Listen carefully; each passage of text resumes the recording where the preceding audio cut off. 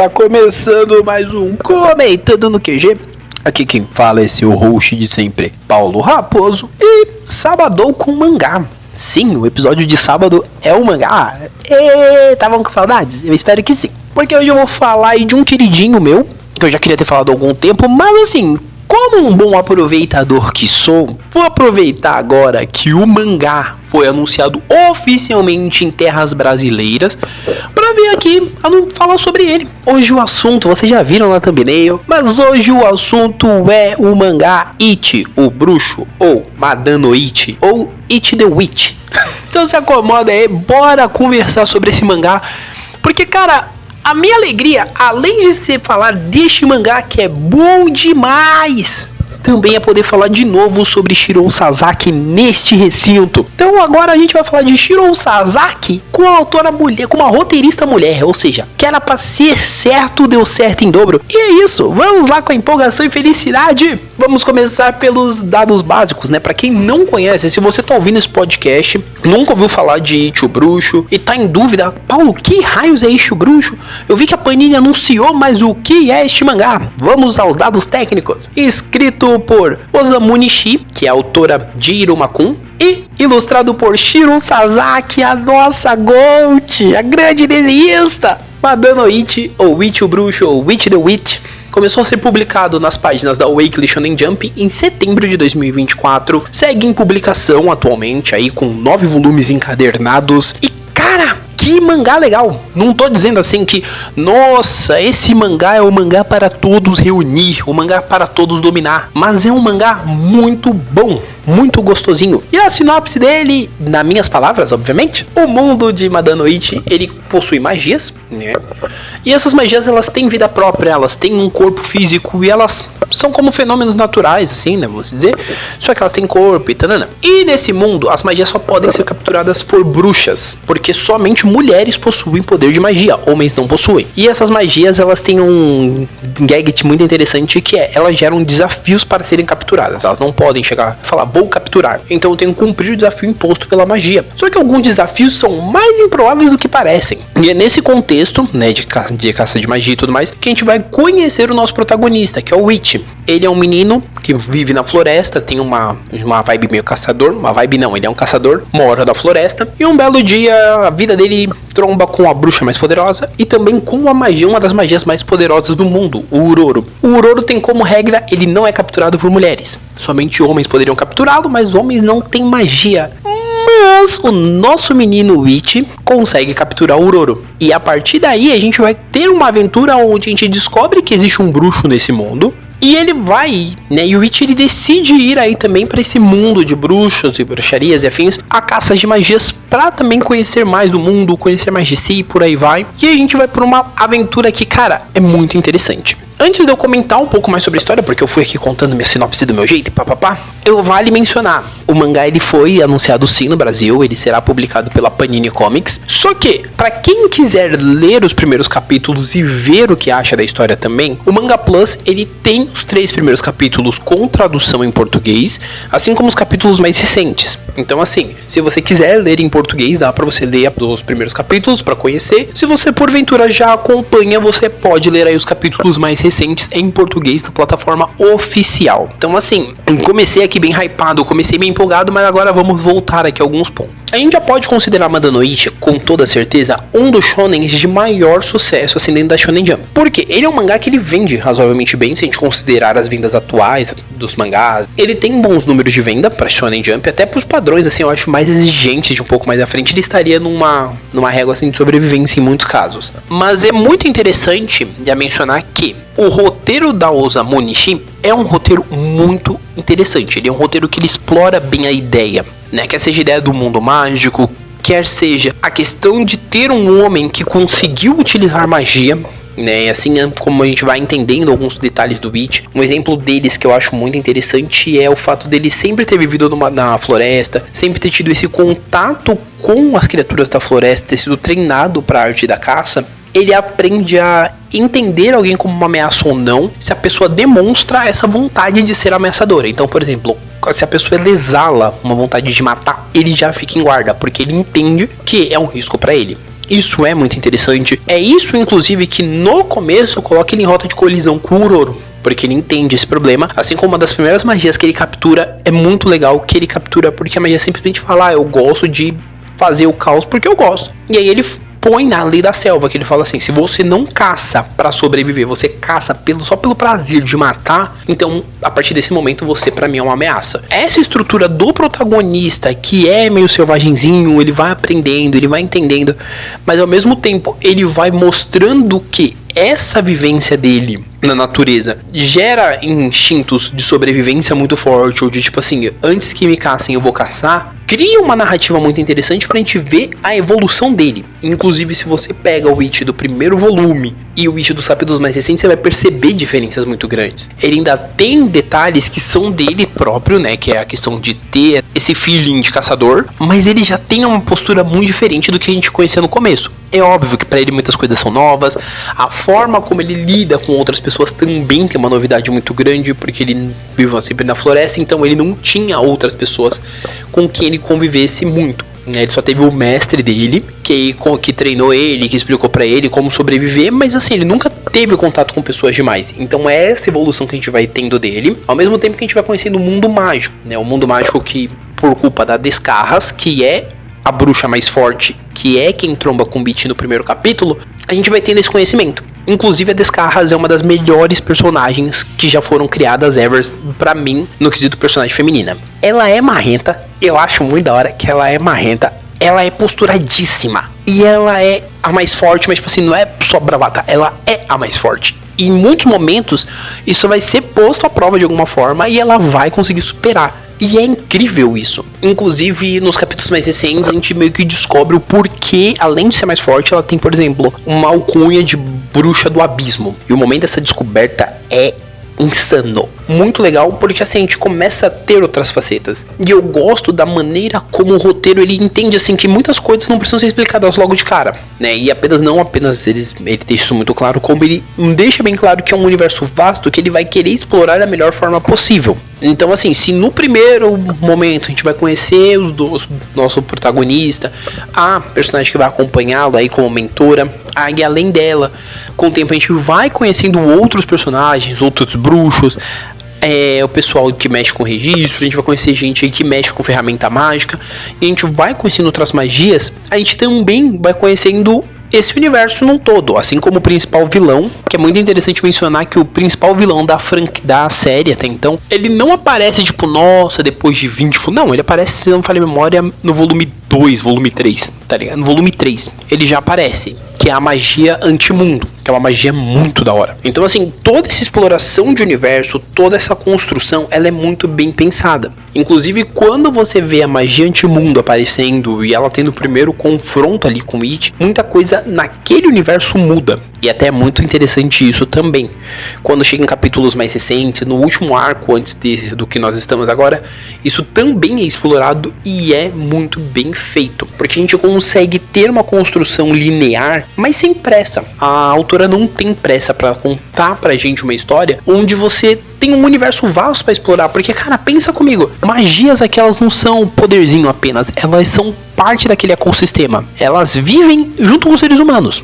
Então, por exemplo, tem uma magia que é a magia de escuridão, ela vive junto com os seres humanos. Tem uma magia que ela aparece que é uma magia que envolve tristeza. O fardo, tipo assim, ela tira o fardo, ela tira a tristeza das pessoas. Só que isso também leva também para debates, porque até que ponto é bom você às vezes perder um luto, porque putz, eu tô enlutado porque eu perdi alguém que eu amo, você passar esse peso pra uma magia, tirar esse peso de si, você não viver com aquilo.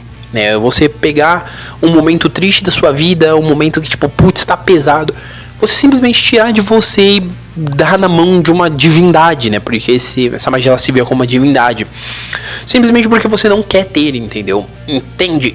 Isso é estranho, pode parecer ilógico, mas assim, se a gente pensar em devidas proporções, muita gente faz isso no dia a dia, né? Então assim, as magias, como eu disse, elas são parte desse ecossistema.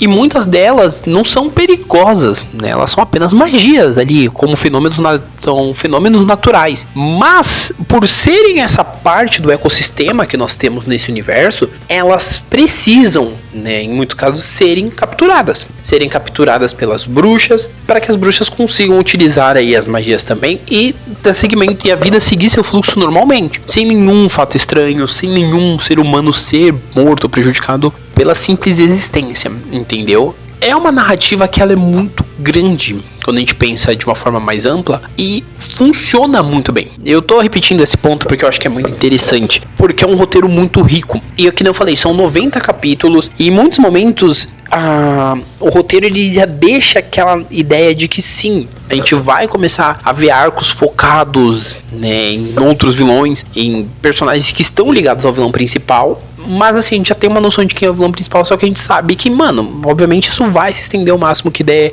vai ser trabalhado com devido cuidado, até porque cada uma dessas magias são poderosas, das magias que estão junto com o Antimundo são poderosas, a gente descobre outras coisas ali desse universo que são muito interessantes. E cada detalhezinho simples que você vai vendo nessa narrativa, vai dando aquele interesse maior que você queria aprender mais, entendeu? Então assim, é uma história que narrativamente falando, como eu disse, ela tem uma construção muito boa e é uma narrativa muito rica. Ai, Paulo, não gosto de série com vibe de fantasia, historinha de poderzinho, eu prefiro lutinha. Bacana, talvez não seja a sua, mas para quem gosta de uma fantasia, gosta de uma história que tem uma progressão mais consistente, né, no quesito de não ter tanta pressa no que ela vai demonstrar, ela não ter aquela frenesi, ela não ser aquele negócio muito frenético, aqui você encontra uma obra que é muito boa mesmo. E eu garanto tranquilamente que você vai ler esse mangá e você vai terminar e vai falar, putz, é muito bom,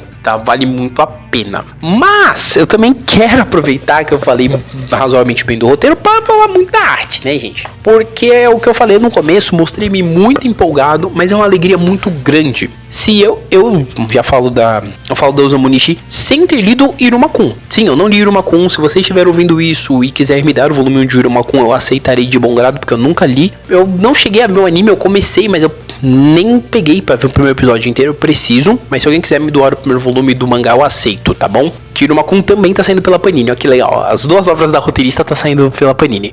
Se alguém quiser me doar o volume 3 em 1 de Iruma-kun, o primeiro volume, eu aceito de bom grado, inclusive faço resenha. Mas sobre Madanoichi, se eu elogio a Uzumanishi pelo seu roteiro, eu não posso deixar de não elogiar Shiro Sasaki, que neste podcast já foi muito elogiada no meu episódio sobre Act Age, o qual não xinguei o quanto deveria xingar o roteirista, porque o roteirista de Act Age ele tem que estar preso até hoje, tem outras histórias aí, mas é pra outra hora. Mas Shiro Sasaki ali, ela já mostrava que brilhava. A mulher já mostrava. Aí o arrombado do roteirista de Act Age zoou a carreira da mulher, né? Fez a mulher ficar sem desenhar. Ela desenhou ali um one shot, que eu não cheguei a ler.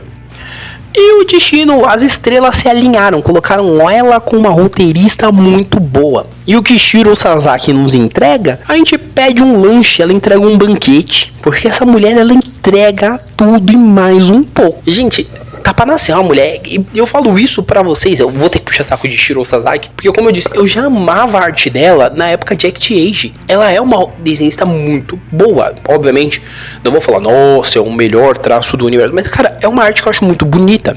É uma arte que tem um charme muito grande e funciona nas obras que ela trabalha. Aqui não é pra menos, é incrível como narrativamente falando ela consegue gerar uma simbiose muito forte com o roteiro. Então os momentos que pedem que ela crie uma arte mais expressiva, mais chamativa, ela vai criar.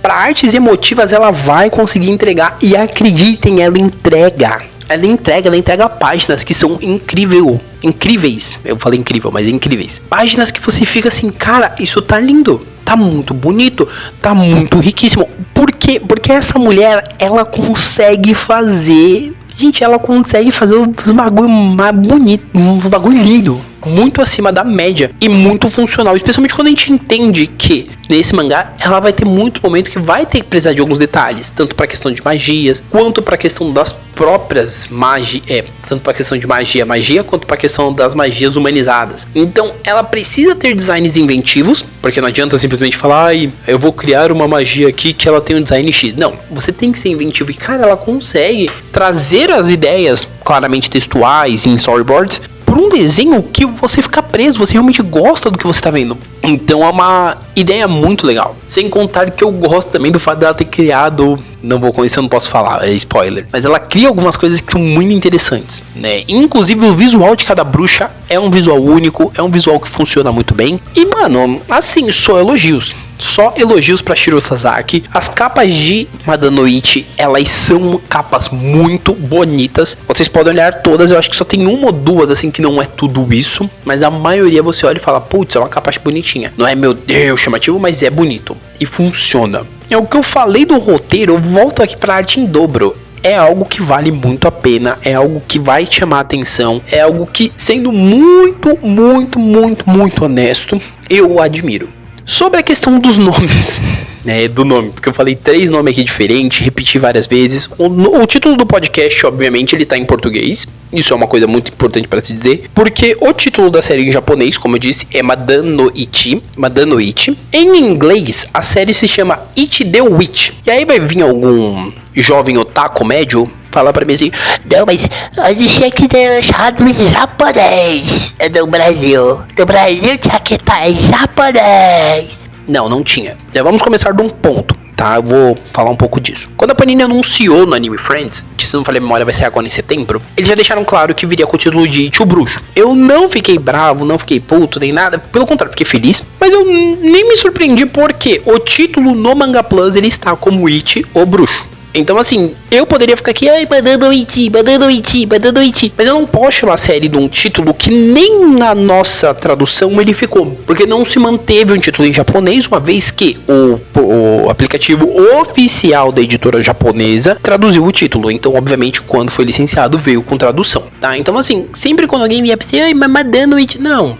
A pessoa pode falar, tá liberado. Só que, nossa, não gostei do título. Cara, basicamente o título traduzido, considerando o japonês, considerando o inglês, que ambos estão com títulos, né? Nenhum país ficou tipo um título padronizado. Todos estão com títulos aí conforme sua língua. Então, referente à questão do título, eu acho que eu tenho que deixar isso aqui muito claro, que eu não vejo problema nenhum. Assim como eu tenho que também deixar muito claro que sim, eu, Paulo Raposo, recomendo fortemente que vocês leiam Madanoichi. Ai, Paulo, você está puxando o saco. Não, cara, é o que eu gosto da série, eu já estava pensando em falar sobre ela há muito tempo, até antes da minha pausa não programada anterior, que basicamente era pra ter sido agora, né, pra estar saindo a pausa, mas como eu já pausei muito, agora a gente volta aí com foco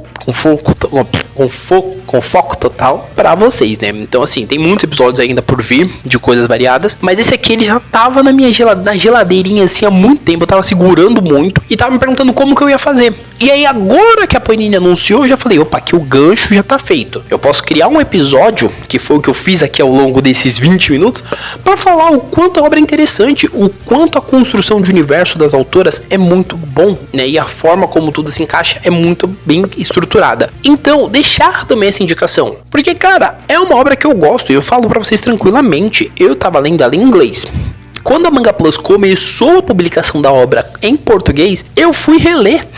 Eu comecei a ler tudo, tá ligado? Tipo, eu tava enrolando. Aí quando começou em inglês, quando começou em português, na realidade, eu comecei a ler. Quando eu cheguei nos capítulos, assim, próximos, e tava no meio de um arco bem interessante, eu comecei a ler em inglês. Porque, assim, gente, eu não tenho o melhor inglês do mundo. Meu inglês não é maravilhoso, nossa, que inglês. Mas é o inglês que eu desenrolo pra ler mangá. E, geralmente, eu quero ler mangá e ele tem inglês, eu vou ler em inglês. E é isso. Inclusive, geralmente, pra quem me acompanha nas redes sociais, quando eu vou postando foto, tipo, de mangá no Kindle em inglês, é porque eu tô lendo inglês no meu inglês aqui, freestyle, do que eu entendo, com as coisas que eu vou juntando, tanana. Então, assim, eu consigo ter uma compreensão. E Madanoichi, né, e It, o Bruxo, foi basicamente isso. Eu fiz porque, mano, eu queria muito ler. E tanto que agora eu acompanho bonitinho, todo domingo, meio-dia, tô eu abrindo um aplicativo da Manga Plus pra ler o capítulo da semana.